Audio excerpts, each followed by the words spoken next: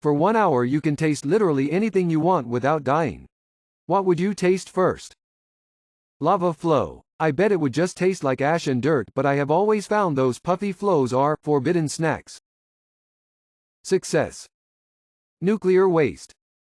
It's very acrid and metallic. Kind of like when you were a kid and you put spare change in your mouth, except it permeates through your face and makes your eyes water. Wouldn't recommend. I'd try a death cap mushroom. Allegedly, they're delicious, but even the tiniest bit is enough to kill an adult.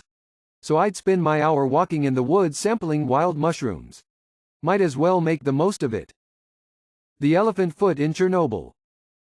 Cyanide. Fucking love almonds. Seafood. I'm allergic and I think my EpiPen expired. LMAO. Lava A.K. of the Forbidden Taffy.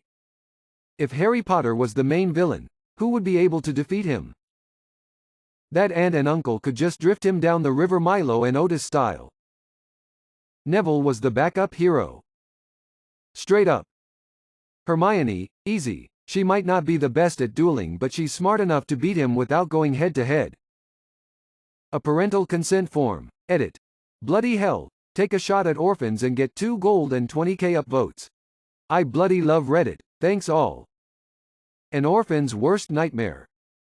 Anyone pretty much. Harry Potter's adventures included a tremendous amount of luck and help from others. To quote epic rap battles of history, death would eat you up without Hermione and luck. Fred and George in about 10 seconds. Anyone but Voldemort. What's your biggest I fucked up moment?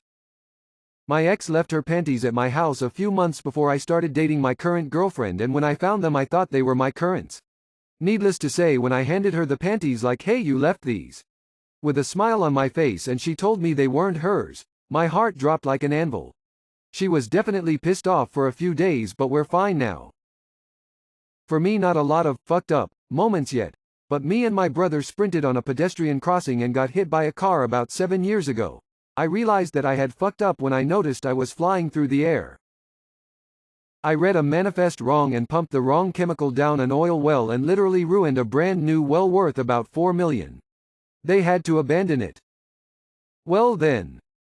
When I was in 7th grade, my parents woke me up from bed and took me to the guest room where they proceeded to show me what history on the computer was. What is the dumbest war in history? Depends what you mean by dumbest. World War I is probably the dumbest. A series of alliances had grown up as a result of some general great power chess playing in Europe. The motivations of all the parties were confused at best.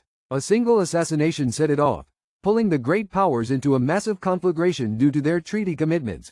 And then an entire generation of young men died in trench warfare while everyone experimented with the new weapon systems made possible by recent technological advances. When the war ended, even the surrender was stupid. They made Germany sign a war guilt clause and pay reparations that led directly to conditions that gave rise to Hitler, the Second World War, and the Holocaust. It's honestly probably the greatest example of human collective stupidity ever experienced. What's the most insane thing you've put your body through? 7 years of extreme alcohol abuse to the point that my liver was on the verge of failing and my doc told me either I quit or die inside of the next year. That was 26 years ago and now I'm a proud grandpa. I just survived a 13.5-hour surgery. I had a blood infection that covered my insides and my heart. It led to valve replacement. But clearing the infection is what took forever. Then, 8 days on the ECMO machine while in and induced coma, and a total of 50 days in the hospital. I'm incredibly lucky to be alive. I'm 66. It forced me to retire.